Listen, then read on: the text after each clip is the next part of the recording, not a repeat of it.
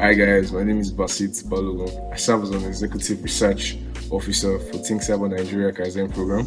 As cyber threats evolve, many industries find it increasingly difficult to keep pace with real-world management. That's why we created the Kaizen program, a continuous hands-on learning series that bridges the gap between theory and practice in today's cybersecurity landscape. In this episode, I'll be walking you through a captured the flag series. Together, we will break down key phases of penetration testing, including the enumeration phase, gain a foothold, privilege escalation, and real-world vulnerability prevention tips. By the way, if you're looking to level up your cybersecurity career, ThinkCyber Nigeria next semester training kicks off on the 25th of August 2025. This advanced program offers real-world labs and simulations, specialization tracks in penetration testing, SOC operations, and digital forensics, a pathway to Tier 2 professional readiness. This program is for everyone, whether you're a student, graduate, or tech-driven professional. This is your opportunity to stand out in the global cybersecurity job market. Applications are now open. Join the next elite cohorts. Let's dive in. Now, starting with the machine breakout. This is the IP address and other information about the system I was able to gather.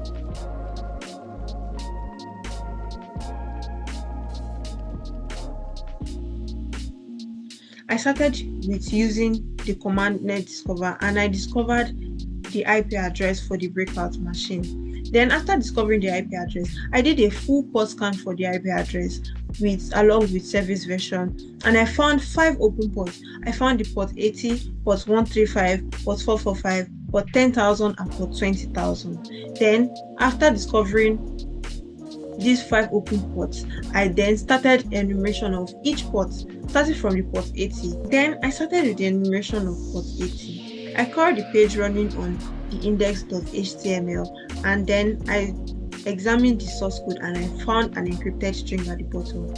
Then I decrypted the string and I found a password which I saved for later. I also did some further enumeration using GoBuster, but I did not find any other code.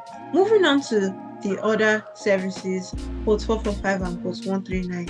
I used Enum for Linux to gather more information about the system, and I found the users cyber and the users nobody and the user nobody.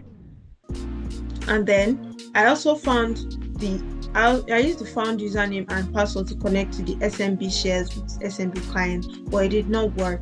So I moved on to the enumeration of the last 2 ports. Then I visited the page. I visited the pages running on the port 10,000 and the port 20,000. I tried to log in with the found credentials on port 10,000, but it did not work. Then I tried to log in with the credentials on port 20,000 and I was able to gain access. Then at the bottom, I examined the page running on port 20,000 and I found a console at the bottom of the page which I was able to use to run commands to discover more information about the machine and try to gain root access. Then the credentials that finally worked on the page were the username cyber and the string I found previously and decoded. Now, upon entry, I found that there were 2 files in the home directory, which were the tar and user.txt. User.txt was a flag, while tar was a Linux executable, which I found out using the file command. Now, I used getcap command to get the capabilities of the tar binary, and then I saw that it had the cap-dark read search capability, which means that it can read any file regardless of permissions, and this was a major breakthrough in the root privilege escalation of this machine. I created a reverse shell from the target machine to my own machine using netcat for easier execution of commands. I then enumerated the machine manually, looking through folders and directories for anything suspicious, and when I got to the /var/backups folder, I was able to find a hidden file .old_pass.path. Then Upon finding the .old_pass.pack file, I created an archive of the file and extracted it in order to gain access to the contents of the file. This creates a copy of the file which I'll be able to access since the tar binary file had the ability to read any file in the system regardless of permissions. Now, upon opening the file, I found a strange. Upon able to use the string to log in successfully as root. I would recommend the following. Never store sensitive credentials or private keys in accessible web directories. Ensure to always log down sudo to only trusted binaries and avoid allowing script execution as other users.